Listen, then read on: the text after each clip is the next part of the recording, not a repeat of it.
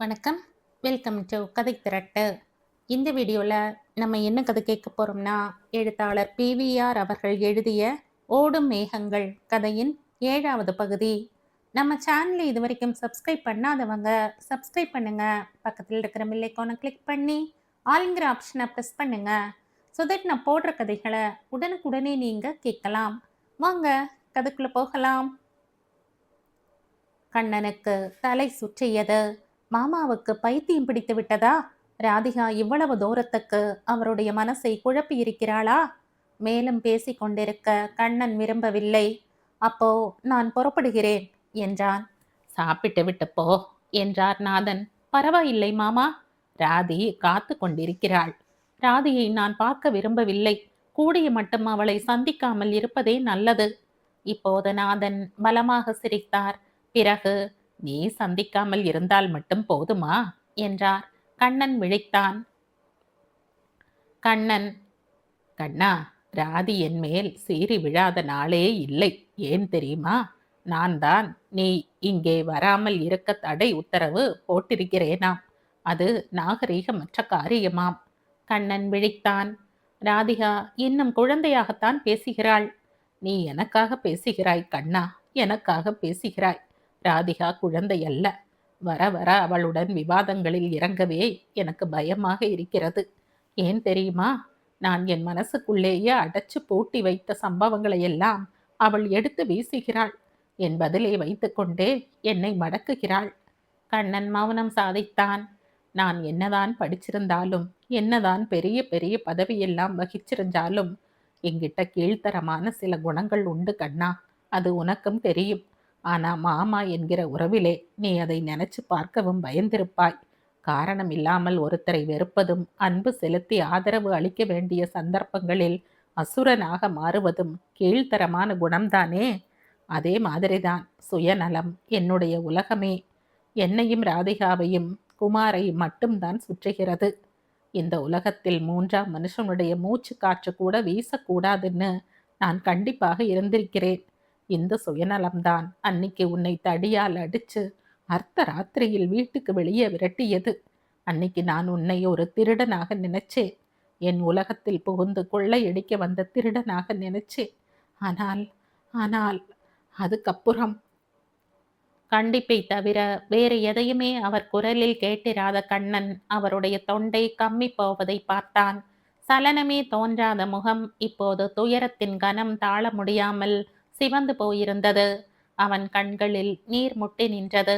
மாமா, நீங்கள் அனாவசியமாக மனசை அலட்டிக் கொள்கிறீர்கள். நான் ஒரு தப்பு செய்தேன். அதற்கு தடியடி கிடைத்தது. வீட்டை விட்டு வெளியேறினது எனக்கு ஒரு விதத்தில் நல்லதாக போயிற்று.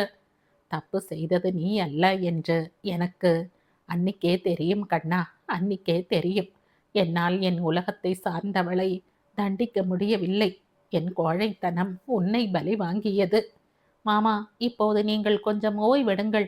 நான் அப்புறமாக வருகிறேன். இப்போது நாதன் ஒன்றும் பேசவில்லை. போர்ட்டிகோவை விட்டு இறங்கி செல்லும் கண்ணனையே பார்த்து கொண்டிருந்தார். இத்தனை மனக்குழப்பத்திலும் அவரையும் மீறி ஒரு கேள்வி உதிர்ந்தது.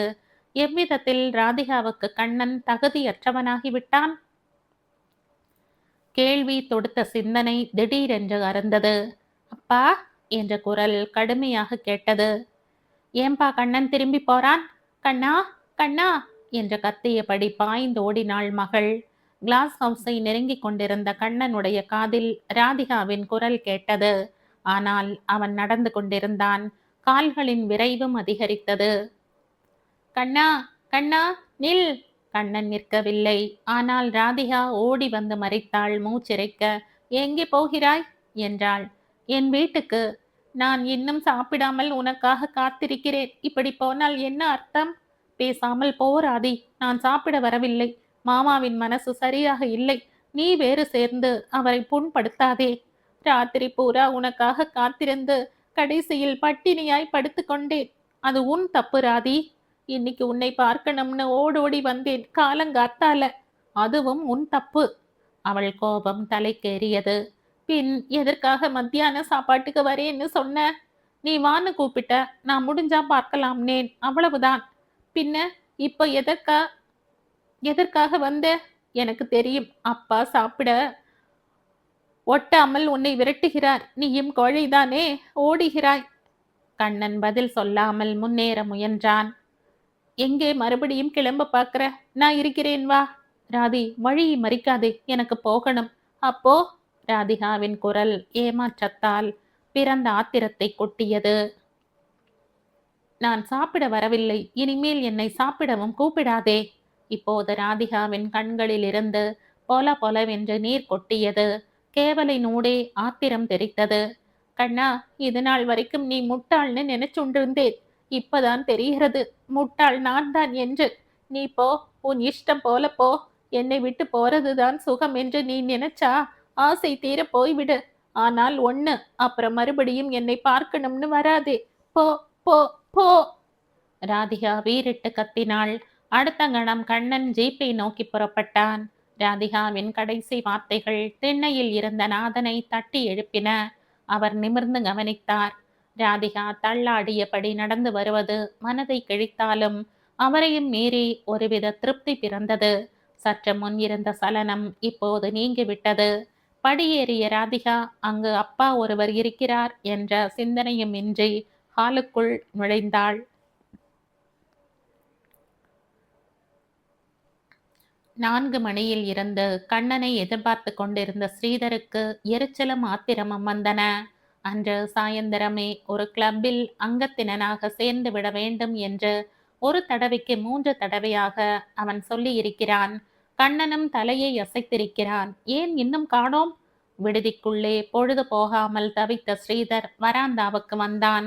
அவனுக்கு முன்னால் பறந்து கிடந்த நந்தவனத்தில் வண்ண மலர்களோ ஜில் என்று வீசிய காற்றோ எந்த விதமான இன்பத்தையும் அளிக்கவில்லை.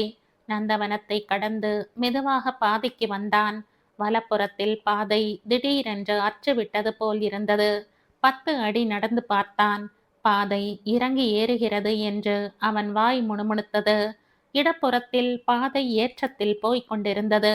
2 பாதைகளிலும் ஆள் நடமாட்டமே இல்லை. ஸ்ரீதர் கை கடிகாரத்தை பார்த்தான். 5:30. இனிமேல் கண்ணன் எப்போது வருவான்? எப்போது கிளப்புக்கு செல்வது?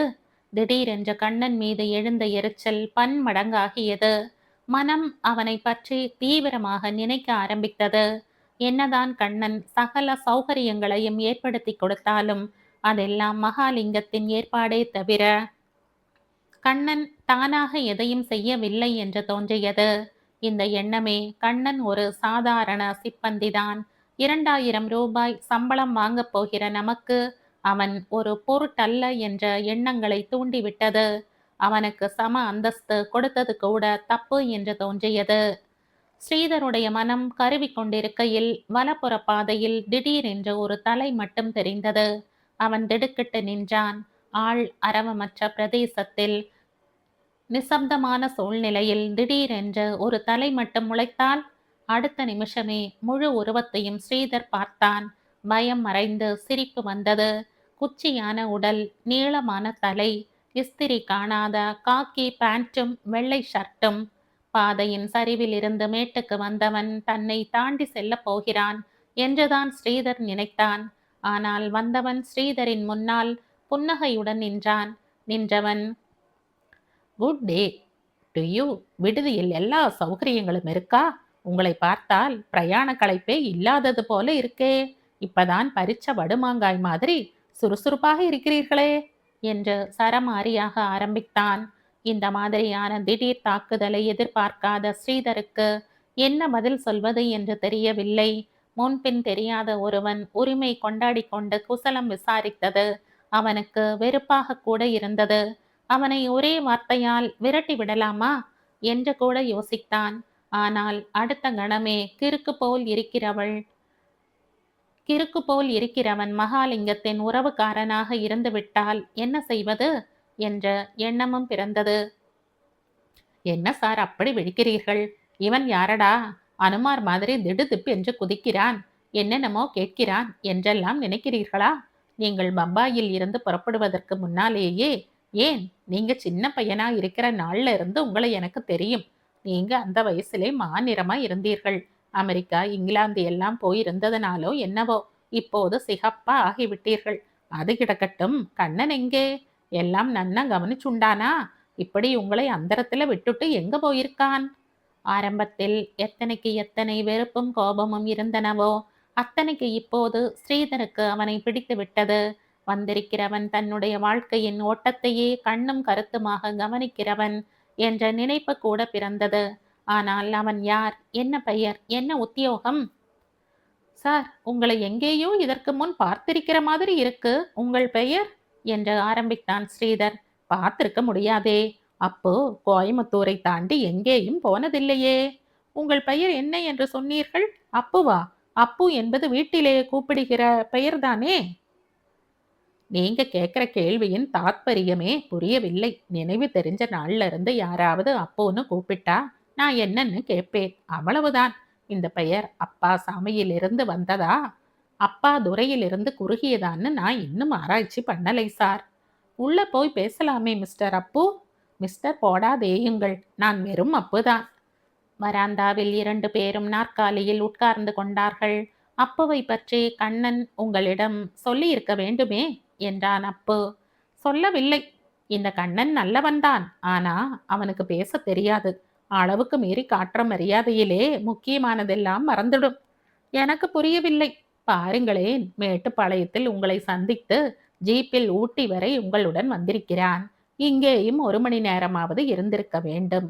அதாவது 3 அல்லது 3:30 மணி நேரம். இதற்குள் அப்புவை பற்றி உங்களிடம் சொல்லவில்லை என்றால் அது அவன் குணம். அப்பு சிரிக்கவில்லை. ஆனால் ஸ்ரீதர் வாய்விட்டு சிரித்தான். ஓர் உதாரணமே காட்டிவிட்டீர்கள். இன்னும் ஒன்று சொல்லட்டுமா? ஒரு சொந்தக்காரன் பெண்ணை கண்ணன் லவ் பண்றான். அதுவும் இவனை லவ் பண்றது. ஆனா இந்த பயல் சொந்தக்காரன் மேல ஏகப்பட்ட மதிப்பையும் மரியாதையையும் கொட்டி வச்சு அவர் மனசு கோணப்படாதுன்னு பெண்ணை மறந்துடுறான். அவனுடைய நீங்கள் சொன்ன குணத்துக்கு இதுதான் சரியான உதாரணம் என்ற ஸ்ரீதர். யார் அவர்? அந்த பெண் எப்படி இருப்பாள்? ரொம்ப அழகோ என்று கேட்டான். யாராக இருந்தால் என்ன சார்? நீங்கள் அவளை லவ் பண்ண போறதில்லை. அப்படியே நீங்கள் காதலிச்சாலும் அது உங்களை திரும்பி கூட பார்க்க போறதில்லை. நான் ஏதோ ஒரு உதாரணத்துக்கு சொன்னேன் என்றால் நீங்கள் அதிலே ஆராய்ச்சி பண்ண இறங்கிவிட்டீர்களே. அப்பவை பலார் என்று அறைய வேண்டும் என்ற கோபம் வந்தாலும் ஸ்ரீதருடைய மனம் அடுத்த கணமே கோழையாகியது. அப்போ மனதில் பட்டதை சொல்கிறான். ஏ சார், என் மேல கோபம் வர்றதோ என்று அப்புவே கேட்டான். No no, it's all right. ஆனா கண்ணன் தனக்கு கேர்ள் ஃப்ரெண்ட்ஸே கிடையாதுன்னானே. காதலி இருக்கிறாளான்னு கேட்டிருக்க வேண்டும். You are correct. அந்த கேள்வியை நான் உங்களிடம் கேட்கலாமா?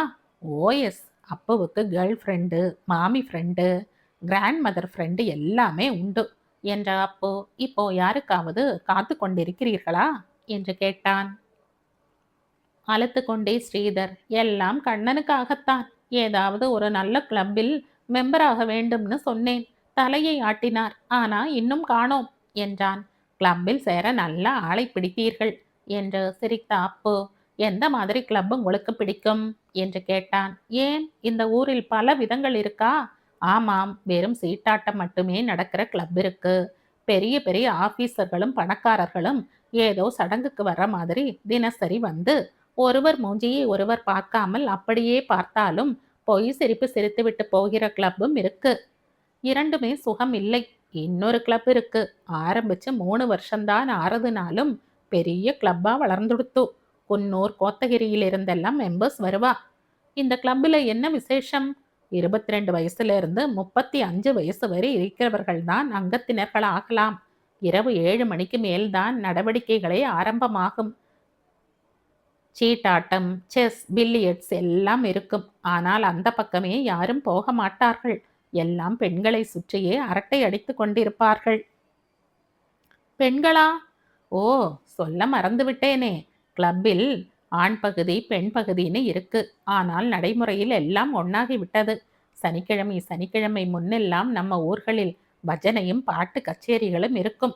ஆனா இந்த கிளப்பில் ராக் அண்ட் ரோல், ட்விஸ்ட் முதலான கவர்ச்சி நடனங்கள் எல்லாம் நடக்கும். ஊட்டி இவ்வளவு முன்னேறி இருக்கிறதா? பம்பாய் கல்கத்தா மாதிரி இருக்கிறதே. ஊட்டி முன்னேறவில்லை சார். வாலிபம் முன்னேறி இருக்கிறது. காதலுக்கும் காமத்துக்கும் வேற்றுமை தெரியாத அளவுக்கு முன்னேறி இருக்கிறது.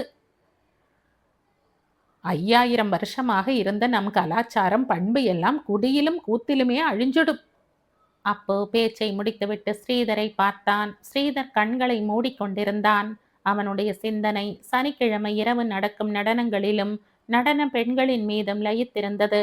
என்ன சார், தீவிரமாக யோசனையில் இறங்கிவிட்டீர்கள்? நீங்கள் சொன்ன கிளப் எங்கே இருக்கிறது? அதில் சேரப்போகிறீர்களா? ஏன்? உங்களை போன்றவர்களுக்கு அது ஏற்றதில்லை. யாரு சொன்னார்கள்? நான் அமெரிக்காவிலே மேனாட்டு டான்ஸே கற்றுக்கொண்டிருக்கிறேன். இங்கே இருந்து ரொம்ப தூரம் இருக்கு சார். எத்தனை மைல்? 8 மைல். ஊட்டிக்கு வெளியே வா. ஆமாம். அதனால் என்ன? கார் அல்லது ஜீப் கிடைக்காதா என்ன? இல்லாவிட்டால் டாக்ஸி இருக்கவே இருக்கு. அப்போ திடீரென்று, அந்த கிளப்பிலே சேருவது ஆபத்துல முடிஞ்சாலும் முடியலாம் சார் என்றான். அப்புவின் தடை உபாயங்களை கேட்க கேட்க ஸ்ரீதருக்கு ஆத்திரம் உண்டாகியது. ஆனால் அவன் வெளியே காட்டிக்கொள்ளவில்லை. அப்புவை போன்ற ஆள் அவனுக்கு எப்போதும் தேவை. மனுஷன் எல்லாம் தெரிந்து வைத்திருக்கிறான். நாளைக்கு அவனால் எத்தனையோ காரியங்கள் நடக்க வேண்டியிருக்கும். என்ன ஆபத்து? கிளப்பிலே பாதி பேர் மது விலக்கை மீறுகிறார்கள். பூ என்றான் ஸ்ரீதன் அலட்சியத்துடன். பிறகு, நான் நாளைக்கு பர்மிட் வாங்கிவிடப் போகிறேன் என்றான். ஓ, இந்த பழக்கமும் உண்டா உங்களுக்கு என்றான் அப்பு சிரித்து கொண்டே. அப்புவின் சிரிப்பை லட்சியம் செய்யாமல் ஸ்ரீதர், அப்போ கிளம்புங்கள், புறப்படலாம் என்றான். எங்கே? நீங்கள் சொன்ன கிளப்புக்குத்தான். இன்னிக்கா? ஆமாம். ஏன், நல்ல நாளாக இல்லையா? அதற்கில்லை. இப்போ காரும் இல்லை, ஜீப்பும் இல்லை. டாக்ஸி வேணுமானால் ரயில்வே ஸ்டேஷனுக்கோ சேரிங் கிராஸுக்கோ தான் போகணும். நாளைக்கு போகலாம். எனக்கு இப்போ பொழுதே போகவில்லை. அந்த கஷ்டத்தை தீர்க்கத்தான் அப்பு வந்திருக்கிறான். எனக்கு புரியவில்லை. உங்களுடைய சொந்தக்காரர் ஒருவர் இந்த ஊட்டியில் இருக்கிறார். நீங்கள் மறந்துவிட்டீர்கள் போல் இருக்கிறது என்று ஆரம்பித்தான் அப்பு. யாரு? நாதன் தானே. எனக்கு அவரை பார்க்க வேண்டாம். ஆனால் அவர் துடியாய் துடிச்சுண்டிருக்காரே. எதற்கு? அவருடைய மனைவி கற்பகத்தின் ஒன்றுவிட்ட அண்ணாம்பிள்ளை அல்லவா நீங்கள்? அதனால் என்ன? நேரே தம் வீட்டில்தான் நீங்கள் இறங்குவீர்கள் என்று அவர் எதிர்பார்த்திருந்தார். ஆனால் நீங்கள் ஏமாற்றி விட்டீர்கள். ஏமாற்றத்தினாலே மனசு உடைஞ்சு போறதுக்கு முன்னால நான் உங்களை அவர் வீட்டுக்கு அழைத்து செல்லலாம்னு இருக்கேன். அந்த மனுஷர் முரடர், 10ஆம் பசலி, கண்டிப்பும் கராருமாக இருப்பார். எனக்கு அவரை அடியோடு பிடிக்கவில்லை. கண்ணனிடம் கூட நான் அவரை பற்றி பேசினேன். பிரம்மாண்டமான பங்களாவில் பாவம் அவரும் அவருடைய ஒரே பெண் ராதிகாவும் தான் இருக்கிறார்கள். பிள்ளை குமார் டேராடூனில் இருக்கிறார். ஆமாம், அவருக்கு ஒரு பிள்ளையும் பெண்ணும் உண்டு. இப்போ ஞாபகம் வருகிறது. நாதனையும் அவருடைய குழந்தைகளையும் மறந்து விடுகிற அளவுக்கு நீ பெரிய மனிதனாக போய்விட்டாயா என்ற தன்னுள்ளேயே சிரித்த அப்போ, இன்னைக்கு நாம அங்க போவோம் என்றான். ராதிகாவுக்கு கல்யாணமாகி விட்டதா? இல்லை, நன்னா படிச்சு கை நிறைய சம்பாதிக்கிற பிள்ளையாக பார்த்து அவளை கொடுக்க வேண்டும் என்று கனவு காண்கிறார். ஒரு வினாடி ஸ்ரீதருக்கு உடல் சிலிர்த்தது. திடீரென்ற கற்பனையில் அவனே மணக்கோலத்தில் நின்றான். பெரிய பணக்காரரின் ஒரே பெண், அதுவும் உறவுக்கார பெண். மானசீக காட்சி தோன்றிய மறுகணமே மறைந்தது. ஓ, அப்படியா என்றான் அவன். குரல் திடீரென்று மாறிவிட்டதை அவனே உணர்ந்தான். ஆமாம், ஆனால் நல்ல குணவானாகவும் இருக்க வேண்டும் என்று விரும்புகிறார். ஸ்ரீதர் வாய் திறக்கவில்லை. அப்பு ஸ்ரீதர் சிந்திக்கவே இடம் கொடுக்கவில்லை. நாதன் வீட்டில் இன்னொரு பிள்ளை வளர்ந்து வந்தான் தெரியுமா? ஞாபகம் இருக்கிறதா? ஆமாம் ஆமாம், அவன் பெயர் கூட. ஸ்ரீதர் யோசித்துக் கொண்டிருக்கையில் திடீரென்று ஜீப்பின் ஹாரன் ஒலி கேட்டது. கண்ணன் என்றான் அப்பு. ஆமாம், கண்ணன் தான். நான் ஜீப்பில் வருகிறவனை சொன்னேன் என்றான் அப்பு. ஒரு கணம் திடுக்கிட்ட ஸ்ரீதர் சமாளித்து கொண்டே, நாதன் வீட்டில் வளர்ந்து வந்த பையன் பெயரும் கண்ணன் தான் என்றான். அதே கண்ணன் தான் தோ வருகிறான் என்றான் அப்பு. ஜீப்பில் இருந்து இறங்கி நிதானமாக அவர்களை நோக்கி நடந்து வந்த கண்ணனை சுட்டி காட்டிக்கொண்டே. ராதிகாவின் 2வது அழைப்பையும் கடைசி நிமிஷத்தில் நிராகரித்த கண்ணன் அதன் எதிரொலிகளை கேட்டதும் மனம் பதைத்தான். கோபத்துடன் அவள் பேச பேச அவனால் எதிர்த்து நின்று சமாளிக்க முடிந்தது. ஆனால் அதே கோபம் அழுகையாக மாறியதும் அவனால் ஏதும் செய்ய முடியவில்லை. ராதிகாவின் கோபத்துக்கும் தாபத்துக்கும் காரணம் அவனேதான். இனி ராதிகாவுடன் நெருங்கி பழகக்கூடாது என்று அவன் செய்த முடிவுதான். இந்த முடிவினால் ஏற்படும் விளைவுகளை அவன் தனக்குத்தானே தேடிக்கொண்ட தோல்வியை சமாளிக்க அவன் முன்கூட்டியே தன்னை தயார் செய்து கொண்டிருந்தான். ஆனால் நிதர்சனமாக அவன் கண்முன் கன்னம் சிவக்க, கண்ணீர் வழியும் முகத்துடன் ஏமாற்றத்தின் எல்லையில் நின்று கொண்டு அவள் தன் காதலை ஆத்திர மொழிகளால் கொட்டிய போது சமாளிக்கவே வழி தெரியாமல் போய்விட்டது. ஜீப் அண்டை வந்தபோது பங்களா பக்கம் மெதுவாக திரும்பி பார்த்தான். போர்டிகோவின் இரு தூண்களுக்கிடையே பார்த்தபோது திண்ணையில் நாதனின் உருவம் மட்டும் தெரிந்தது. திடீரென்று ஒரு யோசனை பிறந்தது அவன் மனதில். மீண்டும் பங்களாவை நோக்கி நடந்தான். போர்டிகோவை அடைந்ததும் மாமா என்று அழைத்தான் தாழ்ந்த குரலில். நாதனின் கண்கள் இன்னும் புத்தகத்திலே இருந்தாலும் மனம் உள்ளே சென்ற ராதிகாவின் மீதும் வெளியேறிய கண்ணனின் மீதுமே லயித்தெறிந்தன. இப்போது கண்ணனுடைய குரல் கேட்டபோது ஒரு கணம் திடுக்கிட்டார். புத்தகத்தை மடிமேல் வைத்துவிட்டு பார்த்தார். கண்ணன், மாமா, நான் கிளாஸ் ஹவுஸில் இருக்கிறேன் என்று சொல்லிவிட்டு வந்த சுவடு தெரியாமல் திரும்பினான். நாதன் புரிந்து கொண்டார். இருந்தாலும் அடித்தளத்தில் பயம் புகுந்து கொண்டது. கண்ணன் வீட்டுக்குள் வந்து ராதிகாவுடன் பேசி அவளை சமாதானப்படுத்த நினைக்கிறானா? பயம் தோன்றிய மறுகணமே தாம் அம்மாதிரி அவனை எடை போடுவது கீழ்த்தரமாக தோன்றியது. கண்ணன் திரும்பி கிளாஸ் ஹவுஸை அடையும் வரையில் காத்திருந்துவிட்டு அவர் எழுந்தார். கிளாஸ் ஹவுஸில் கண்ணன் குறுக்கும் நெடுக்குமாக நடந்து கொண்டிருந்தான். நாதனுக்காக அவன் இப்போது காத்து கொண்டிருந்தாலும், ஒவ்வொரு வினாடியும் அவருடைய வருகையை எதிர்பார்த்து கொண்டிருந்தாலும், அவர் பிரவேசித்த போது அவன் திடுக்கிட்டான். இவ்வளவு சீக்கிரத்தில் அவர் வந்து விடுவார் என்று அவன் நினைக்கவே இல்லை. என்ன கண்ணா என்று கேட்ட அவர் சிமெண்ட் பெஞ்சில் உட்கார்ந்தார். பிறகு நீயும் உட்கார் என்றார். கண்ணன் உட்காரவில்லை. அவர் முன்னால் நின்றான். மாமா, என்ன கண்ணா, என்னை மன்னித்து விடுங்கள். என்ன குற்றம் செய்தனே? ராதிகாவின் மனசை நோக அடித்து விட்டேன். அவளுடைய மனசு நொந்தால் உங்களுடைய மனசும் வேதனைப்படும் என்று எனக்கு தெரியும். நாதன் ஒரு நிமிஷம் மௌனமாக அவனையே பார்த்தார். அவளிடம் என்ன சொன்ன? விரட்டி அடிக்காத தோஷமாக பேசினேன். நீ அப்படி பேசியிருந்தால் எனக்காகத்தான் செய்திருப்பாய் என்று ராதிகாவுக்கு புரிந்திருக்கும். நான் ஒரு குறுக்கு சுவர் என்றும், நான் தான் உன்னை வர ஒட்டாமல் அடிக்கிறேன் என்றும் அவள் தினம் தினம் சொல்கிறாள். மாமா, அவ சொல்றது 100க்கு 100 உண்மை என்று உனக்கும் தெரியும். என் மனசாட்சியை தொட்டு பார்க்கிற போது எனக்கும் தெரிகிறது. ஆனால் நான் என்ன செய்வது கண்ணா?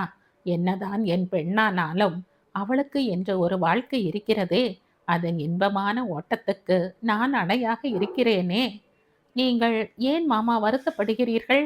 கண்ணா, நான் அவள் விஷயத்தில் நடந்து கொள்கிற விதமே தப்பு. ராதி மேல நான் வச்சிருக்கிற வாஞ்சையிலும் அவள் என் ஒரே பெண் என்ற உரிமையிலும் நான் முரட்டுத்தனமாக, ஏன் கண்மூடித்தனமான கண்டிப்புடன் இருக்கிறேன். அது தப்புதான். ஏன் தெரியுமா? கண்ணன் வாய் திறக்கவில்லை. நாதனை கிளாஸ் ஹவுஸில் சந்தித்து 2 வார்த்தைகள் பேசத்தான் ஜீப்பில் ஏறாமல் அவன் திரும்பி வந்தான். ஆனால் வந்த இடத்தில் அவனை பேச ஒட்டாமல் நாதன் தம் உள்ளத்தை உடைத்து காட்டிக் கொண்டிருக்கிறார். அவனுடைய மௌனத்தை லட்சியம் செய்யாமல் நாதன் பேசினார். என்னுடைய ஒவ்வொரு தடை உத்தரவும் எல்லாம் நான் மௌனமாகவே ஜாடையாகவே போட்ட உத்தரவுகள் அவளுடைய மனசின் ரோஷத்தை பன்மடங்காக்கி கொண்டே போகின்றன.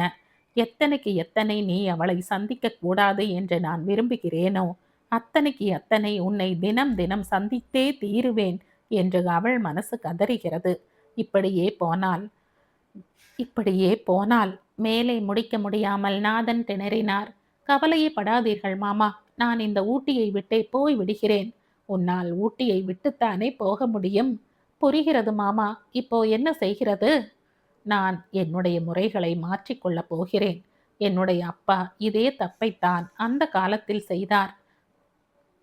பலராமனையும் சீதாவையும் எப்படி எல்லாம் பிரித்து வைக்க முடியுமோ அவ்வளவையும் செய்தார்.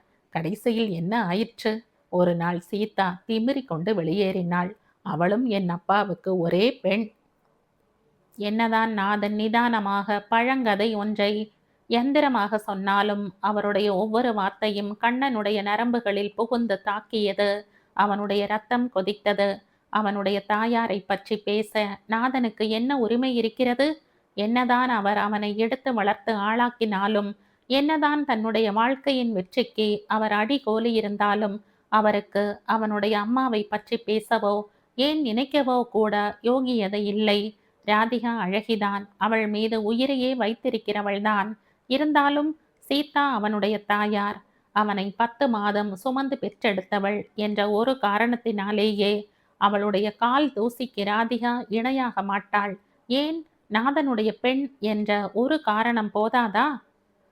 நிமிஷத்துக்கு நிமிஷம் கண்ணன் முகம் சிவப்பதையும் அவனுடைய கண்கள் கோபக் கனலாக மாறுவதையும் கண்ட நாதன் துணுக்குற்றார். மௌனமாகவே அவன் தன்னுள் மூண்டெழுந்த கோபத்தை வெளியிடுகிறான் என்பதை அவர் உணர்ந்தார். அவரையும் மீறி அவனை சமாதானப்படுத்த வேண்டும் என்ற எண்ணம் உண்டாகியது. கண்ணா, என்றார் அவர். மாமா, இப்போதுதான் எனக்கு உங்கள் மனசை புரிகிறது. என்னை போன்ற ஒரு சாதாரண ஆளுடைய வாழ்க்கையுடன் உங்கள் பெண்ணின் வாழ்க்கை ஒட்டி கொள்ளக்கூடாது என்றுதான் நீங்கள் தீர்மானம் செய்திருக்கிறீர்கள் என்று நான் நினைத்திருந்தேன். இம்மாதிரியான தீர்மானம் உங்களை போன்ற பெரிய மனிதரின் மனசில் தோன்றுவதில் தப்பு இல்லை என்றும் நினைத்திருந்தேன். என் மீது பரிவு காட்டியதற்கும் என்னை ஆளாக்கி விட்டதற்கும் கைமாறாக நானும் என்னையே அடக்கிக் கொண்டு இதுநாள் வரைக்கும் உலகின் மனசு போலவே நடந்து வந்தேன். ஆனால் இப்போது நீங்கள் என் அம்மாவின் கதையை, உங்களுடைய தங்கையின் கதையை என்னிடமே, அவள் பெற்ற பிள்ளையிடமே ஓர் உதாரணமாக சொல்லிவிட்டீர்கள். கண்ணா, என்று கத்தினார் நாதன் திடீரென்று. உங்கள் பெண் என் அம்மாவைப் போல ஒரு நாள் திமிரிக் கொண்டு வெளியேறாமல் இருக்க நீங்கள் செய்து வரும் உபாயங்களை மாற்றப் போவதாக சொல்கிறீர்கள். கண்ணா, கண்ணா, நீங்கள் என்ன உபாயம் வேண்டுமானாலும் செய்யுங்கள். அது உங்களுடைய உரிமை. ஆனால் எங்கேயோ கிடக்கிற என் அம்மாவை பற்றி இன்னொரு தடவை பேச்செடுக்காதீர்கள். அப்பாவுக்கு தம் பெண் மீது வாஞ்சை உண்டு என்றால் ஒரு பிள்ளைக்கும் தன் தாயின் மீது பாசம் இருக்கும் என்பதை தயை செய்து மறக்காதீர்கள். கண்ணா, என்னை மன்னித்து விடு. நான் அனாவசியமாக உன் அம்மாவை பற்றி. நாதனுக்கு தொண்டை கனத்தது. நீங்கள் உங்கள் மனதில் இத்தனை காலமாக நினைத்து கொண்டிருந்ததைத்தான் வெளியிட்டிருக்கிறீர்கள். மனசிலேயே இல்லாதது திடீரென்று நாக்கில் புரண்டுவிட்டால் மன்னிப்பு கேட்பதற்கு அர்த்தம் இருக்கும். கண்ணா, நீங்கள் இப்போது கேவலம் என்னிடம் மன்னிப்பு கேட்கிறீர்கள். ஆனால் பிறரை மன்னிக்கும் மன விசாலம் உங்களிடம் இல்லையே. 32 வருஷங்களுக்கு முன்னால் நடந்ததை இன்னும் நினைவில் அதே சூட்டுடன் வைத்துக்கொண்டு என் அம்மா செய்தது மாபெரும் தவறு என்று நீங்களே தீர்மானித்து கொண்டு இருக்கிறீர்களே. இந்த வெறுப்புதான் உங்களுடைய நிம்மதிக்கே உலையாக இருக்கிறது. நான் வருகிறேன். கண்ணா, இரு. இல்லை, இனிமேல் நான் ராதிகாவை சந்தித்தாலும் சந்திப்பேன். உங்களை சந்திக்க விரும்ப மாட்டேன். கண்ணா, எத்தனையோ தடவை என்னை திட்டி இருக்கிறீர்கள், கண்டித்திருக்கிறீர்கள். அவை என் மனசில் ஒட்டவில்லை. அர்த்த ராத்திரியில் கொட்டுகிற மழையில் என்னை தடியால் அடித்து நொறுக்கினீர்கள். உடம்பின் வலியை மனசு அப்போது உணரவில்லை மாமா. மாமா என்று ஒட்டிக்கொண்டேன். ஏன், உங்கள் மனசிலே அன்பு இருக்கிறது என்று. ஆனால் இனிமேல் என்னால் உங்களை அணுகவே முடியாது. கண்ணா, இன்னும் உன்மேல் அன்புதான் இருக்கிறது கண்ணா. என்னை நம்பு. கண்ணன் சிரித்தான். சிரிப்பே நாதன் இதுவரை கண்டறியாத நையாண்டி சிரிப்பாக இருந்தது. கூட பிறந்த தங்கை மீது வெறுப்பு மண்டி கிடக்கிறது. அவள் பெற்ற பிள்ளை மீது அன்பா? நீங்கள் என்னையும் வெறுத்திருந்தால் எனக்கு திருப்தியாக இருந்திருக்கும். சொன்னவன் கிளாஸ் ஹவுஸை விட்டு வெளியேறினான். திக் பிரம்மை பிடித்தாற்போல் நாதன் இருந்த இடத்தை விட்டு அசையாமல் உட்கார்ந்திருந்தார். கடைசியாக கண்ணன் விலகி சென்று விட்டான் என்ற எண்ணம் அவரையும் மீறி திடீரென்று எழுந்தது. ஆனால் அடுத்த கணமே ஏமாற்றமும் அதைத் தொடர்ந்து மாபெரும் பயமும் பிறந்தன. ராதிகாவும் சீதா மாதிரி ஆகிவிடுவாளோ? எண்ண சுழலில் அவர் தம் கண்களை மூடிக்கொண்டார். உடம்பு ஜுரத்தில் கொதிப்பது போல கொதித்தது. ஏன் இம்மாதிரியான சூழ்நிலைக்கு நாமே காரணமானோம் என்று தம்மையே வெறுத்து கொண்டார். திடீரென்று ஜீப் புறப்படும் சத்தம் கிளாஸ் ஹவுஸில் அவருடைய காதில் விழுந்தது. இனி அவருக்கும் கண்ணனுக்கும் இடையில் உள்ள தூரம் காதக்கணக்கில் கூட அடங்காது என்ற எண்ணம் அவரை எழுந்திருக்க ஒட்டாமல் அழுத்தியது. ஸ்ரீதருக்கு தூக்கி வாரி போட்டது. அன்ற காலையில் மேட்டுப்பாளையத்தில் சந்தித்து ஜீப்பில் ஏற்றி கொண்டு வந்து விடுதி வரையில் அவனுடன் வந்த கண்ணன் நாதனுடைய தங்கை பிள்ளை கண்ணனா? அவன் மகாலிங்கத்தின் கீழ் வேலை பார்க்கும் ஒரு சிப்பந்தி என்று நினைத்து அவனிடமே நாதனை பற்றியும் அவனுடைய தாயின் காதல் விவரத்தை பற்றியும் சொல்லிவிட்டானே. அப்போதும் கண்ணன் காது கொடுத்து கேட்டானே தவிர வாய் திறந்து ஏதும் சொல்லவில்லையே. ஸ்ரீதருடைய மனம் ஒரு கணம் தவித்தது. மறுகணமே நாம் பேசியதில் ஒருவித குற்றமும் இல்லை, நடந்த கதையையும் தெரிந்த கதையையுமே சொல்லி இருக்கிறோம் என்ற தைரியமும் பிறந்தது. கண்ணன் அவர்கள் அருகில் வந்தான். தனக்கே உரிய குறும்பு சிரிப்புடன், அப்போ மிஸ்டர் ஸ்ரீதர் என்று ஆரம்பித்தான். பிறகு சட்டென்று கூற வேண்டியதை கூறாமல், இனிமேல் நான் மிஸ்டர் போட மாட்டேன், நீங்கள் உங்கள் என்றெல்லாம் மரியாதை தரமாட்டேன், ஏக வசனத்தில் தான் பேசுவேன் என்று சொல்லி நிறுத்தினான். ஸ்ரீதருடைய முகம் திடீரென்று கருத்தது. கருத்த முகத்தை சிவப்பாக்க, அப்பு, உன்னை பார்த்ததுமே அப்புவுக்கு பிடித்து விட்டது. மனசிலே ஸ்நேகம் முளைச்சுட்டது. மரியாதைக்கு முக்கியத்துவம் கொடுக்கிற போது 2 பேருக்கிடையே இருக்கிற தூரம் ஜாஸ்தியாயிடுற மாதிரி படுறது. அதனால்தான் என்று இழுத்தான். அவனுடைய பேச்சை மௌனமாக கேட்டு நின்ற கண்ணனை ஓரக்கண்ணால் கவனித்து கொண்டே, அதனால் என்ன, பரவாயில்லை என்று சிரித்தான் ஸ்ரீதர். ஸ்ரீதருடைய அசட்டு சிரிப்பை பார்த்து தன்னுள் சிரித்து கொண்ட அப்பு, தோ நிக்கிறானே இந்த கண்ணனுடைய மாமா நாதன்தான் உனக்கு அத்தை புருஷர். ஒரு வகையில் நீயும் கண்ணனும் சொந்தக்காரர்கள் கூட. இன்னும் சொல்லப்போனால் நாளடைவில் போட்டியில் இறங்கப் போகிறவர்கள் என்றான். ஸ்ரீதருக்கு கோபம் வந்தது. கண்ணன் ஒரு சாதாரண சிப்பந்தி. மேனேஜர் பதவி என்றாலும் அவனுடைய உயர்ந்த பதவிக்கு அது சாதாரண உத்தியோகம்தான். கண்ணன் எப்படி சரிக்கு சமமாக நின்று எந்த விஷயத்தில் போட்டி போட முடியும்? அப்போ நீ என்ன உளர்ற என்றான் ஸ்ரீதர். என்ன கண்ணா, அப்பு உளறுகிறானா என்று கேட்டான் அப்பு. என்ன ஏண்டா இழுக்கிற? நான் ஸ்ரீதரிடம் வருகிறேன்னு சொல்லியிருந்தேன். தோ வந்திருக்கிறேன். நீ நாரதர் மாதிரி எதையாவது இழுத்து பந்தாட்டம் ஆடுகிறாய். பந்தாட்டம்னு சொன்னியே, எனக்கு ராதிகாவின் பந்தாட்டம் ஞாபகத்துக்கு வர்றது.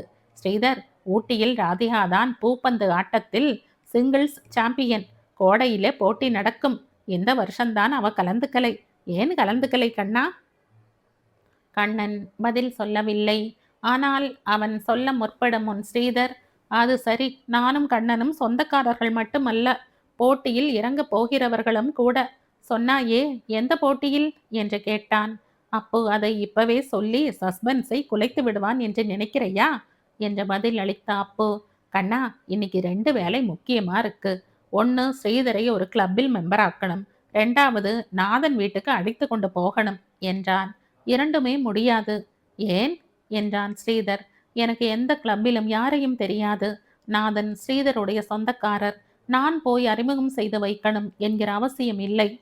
கிளப்பில் ஸ்ரீதரை அங்கத்தினராக்கும் பொறுப்பை அப்பு ஏற்றுக்கொள்கிறான். ஆனால் ரெட் ஹவுஸுக்கு அழைத்து கொண்டு போற வேலை உன்னுடையதுதான் என்றான் அப்பு. பிறகு தொடர்ந்து, நீதான் அவனை நாதனுக்கும் ராதிகாவுக்கும் அறிமுகப்படுத்துவதற்கு, ஐம் சாரி, ஞாபகப்படுத்துவதற்கு லாயக்கானவன் என்றான். சும்மா சும்மா தொணன்னு ஒரே பல்லவியை பாடாத அப்பு. என்னால் ரெட் ஹவுஸுக்கு போக முடியாது. நீயே ஸ்ரீதரை அழிச்சுண்டு போறதானாலும் இன்னைக்கு நாள் பார்க்காத என்றான் கண்ணன். கண்ணனுடைய குரலில் தோய்ந்த வெறுப்பை உணர்ந்த அப்பு, உனக்கு என்ன இன்னைக்கும் இல்லாத கடுப்பு என்று கேட்டான். கண்ணன் பதில் பேசவில்லை. திடீரென்று பொறுமை இழந்த ஸ்ரீதர், மிஸ்டர் மேனேஜர், நீங்கள் போகலாம். நாளைக்கு காலையில் 8 மணிக்கு வண்டி அனுப்புங்கள். நான் சொல்றது மோட்டார் கார், இந்த ஓட்டை ஜீப் அல்ல. சரியா 8 மணிக்கு வரணும். என்ன தெரிஞ்சதா? மிஸ்டர் மகாலிங்கத்திடம் சொல்லுங்கள், நான் சரியா 8:15 மணிக்கு அவரை சந்திக்க போகிறேன் என்று பேசி நிறுத்தினான். கண்ணன் ஒரு நிமிஷம் மூச்சு நின்றவனைப் போல நின்றான். ஸ்ரீதருடைய திடீர் அதிகார தோரணையின் காரணமே விளங்கவில்லை. அவன் தன்னைத்தானே சமாளித்துக் கொள்வதற்குள் ஸ்ரீதர் மீண்டும், yes manager, you can go என்று கத்திவிட்டு, கமான் அப்பு, வீட்டுக்குள்ள போகலாம் என்று சொல்லி மெல்ல திரும்பினான். கண்ணனுடைய உடல் அந்த மாலை குளிரிலும் வேர்த்தது. நரம்புகள் புடைத்து எழுந்தன. பொறுமைக்கு பெயர் போனவனுடைய உள்ளத்தில் பொறியாக எழுந்த கோபம் ஜுவாலையாக மூண்டது. ஸ்ரீதர், கொஞ்சம் நில்லுங்கள் என்று கத்தினான் அவன். ஸ்ரீதர் நின்றான். அப்போ பொன்முறுவலுடன் வேடிக்கை பார்க்கும் குழந்தை போல மாறி மாறி பார்த்தான்.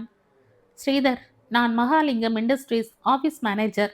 நீங்கள் உற்பத்தி இலாகாவின் மேனேஜர்.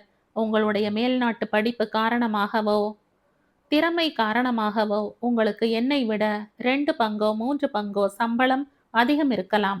ஆனால் இந்த ஒரு காரணத்துக்காக நான் உங்களிடம் கீழ்ப்படிந்து நடக்க வேண்டிய சிப்பந்தி அல்ல என்பதை நினைவுல வச்சுக்கங்க.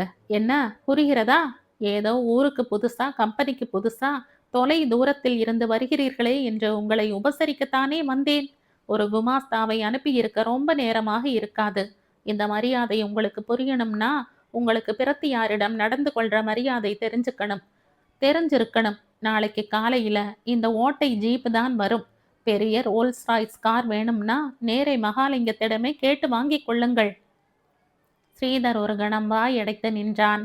பேச்சில் நிதானமாகவும் தோற்றத்தில் சாதமாகவும் இருக்கும் கண்ணனா இப்படி தூக்கி எறிந்து பேசுகிறான்? நிர்வாக மேனேஜர் உற்பத்தி இலாகா மேனேஜரை விட சம்பளம் குறைவாக வாங்கினாலும் உண்மையில் அதிகம் பெற்றவன் என்பது ஸ்ரீதர் அறிந்ததுதான். இருந்தாலும் ஒரு அஸ்திரத்தை பிரயோகம் செய்து பார்ப்பது போல அவன் பரீட்சை செய்து பார்த்தான்.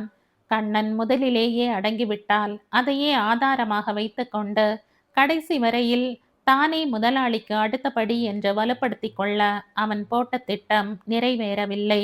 ஸ்ரீதர் திடீரென்று கலகலவென்று சிரிக்க ஆரம்பித்தான். வருந்துகிறேன் மிஸ்டர் கண்ணன், என்னை மன்னித்து விடுங்கள். ஏதோ ஆத்திரத்தில் கண்மூடித்தனமாக பேசிவிட்டேன். உள்ளே வாருங்கள் என்றவன் தொடர்ந்து, எனக்கு ரொம்ப முன்கோபம், முட்டாள்தனமாக கோபம் வந்துவிட்டது. ஏதோ ஏமாற்றம் எங்கேயோ வெடிக்கிறது என்று தன்னைத்தானே சபித்துக் கொள்கிறவனைப் போல கூறினான். பச்சோந்தியாக பிறக்க வேண்டியவன் மனித வர்க்கத்தில் அவதரித்தானே என்று அப்பு தன்னுள் எண்ணினான். பிறகு கண்ணனை பார்த்து, வா கண்ணா, உனக்கு கூட கோபம் வரும்னு இன்னைக்கு தான் தெரிஞ்சது. வா வா, ஸ்ரீதர் தான் காலில் விழாத தோஷமாய் மன்னிப்பு கேட்டாச்சே, வா என்றான். நீ போ அப்பு, நான் திரும்பி போகிறேன். மிஸ்டர் கண்ணன் என்று மீண்டும் ஆரம்பித்தான் ஸ்ரீதர். ஆபீஸ் விஷயமாக பேச வேண்டுமானால் நாளைக்குத்தான் ஆபீஸ் திறக்கிறது. சொந்த விஷயமாக உங்களுடன் பேச எனக்கு எதுவும் கிடையாது. அப்போ நான் வருகிறேன்டா. அடுத்த கணம் கண்ணன் ஜீப்பை நோக்கி விரைந்தான். ஸ்ரீதர் விடுதியை நோக்கி செல்ல அப்பு மெதுவாக பின்தொடர்ந்தான். வராந்தாவை அடைந்ததும் கிளப்புக்கும் நாதன் வீட்டுக்கும் அழைத்தும் போகாததனால் தானே உனக்கு கண்ணன் மீது ஆத்திரம் வந்தது என்று கேட்டான் அவன். தனக்குள் ஏதோ முணுமுணுத்து கொண்டிருந்த ஸ்ரீதருடைய காதில் கேள்வியே விழவில்லை. ஆனால் அப்பவும் விடவில்லை. இந்த அற்ப விஷயத்தை பற்றியா இன்னும் நினைச்சு வேதனைப்பட்டுருக்கே என்று ஆரம்பித்தான் மீண்டும். பிறகு தொடர்ந்து, கண்ணன் கர்வம் என்றான். ஆமாம் என்று தலையசைத்தான் ஸ்ரீதர். தான் உழைத்து முன்னுக்கு வந்தவன், மகாலிங்கத்தின் வளர்ப்பு பிள்ளை, அவருடைய பெண்டாட்டியின் தயவு பரிபூரணமாக உண்டு என்றெல்லாம் அவனுக்கு மமதை. அப்படியா? இதெல்லாம் போதாது என்று இப்போது மேனேஜராகவும் ஆகிவிட்டான். அவன் வச்சதுதான் சட்டம். எதிர்பார்க்காத அளவுக்கு சம்பளமும் உசந்து விட்டது. ஓஹோ! ஸ்ரீதர் தனக்குள்ளேயே கணக்கு போட ஆரம்பித்தான். இதையெல்லாம் விட இன்னொரு பெரிய காரணம் இருக்கு, கண்ணன் தலை கனமாவதற்கு என்று அப்ப சொல்லிவிட்டு எங்கேயோ பார்க்கலானான். என்ன காரணம்? உன் அத்தை பெண் அவனை காதலிக்கிறாள். குழந்தை பருவத்திலிருந்து ஒன்றாக பழகினவர்கள் கண்ணனும் ராதிகாவும். ராதிகா கல்யாணம் செய்து கொண்டால் கண்ணனைத்தான் செய்து கொள்வேன் என்ற நிலையில் இருக்கிறாள். அவ்வளவு தூரத்துக்கு அவள் வந்திருக்கிறாளா? ஆனா ஒரு பெண் தன்னை காதலிக்கிறாள் என்பதற்காக ஒருவன் கர்வப்படுவானேன்? ஸ்ரீதர் கூடை நாற்காலி ஒன்றில் உட்கார்ந்து சிகரெட்டை எடுத்து அப்புவிடம் நீட்டினான். இந்த கதையின் தொடர்ச்சியை அடுத்த பதிவில் கேட்கலாம். நன்றி.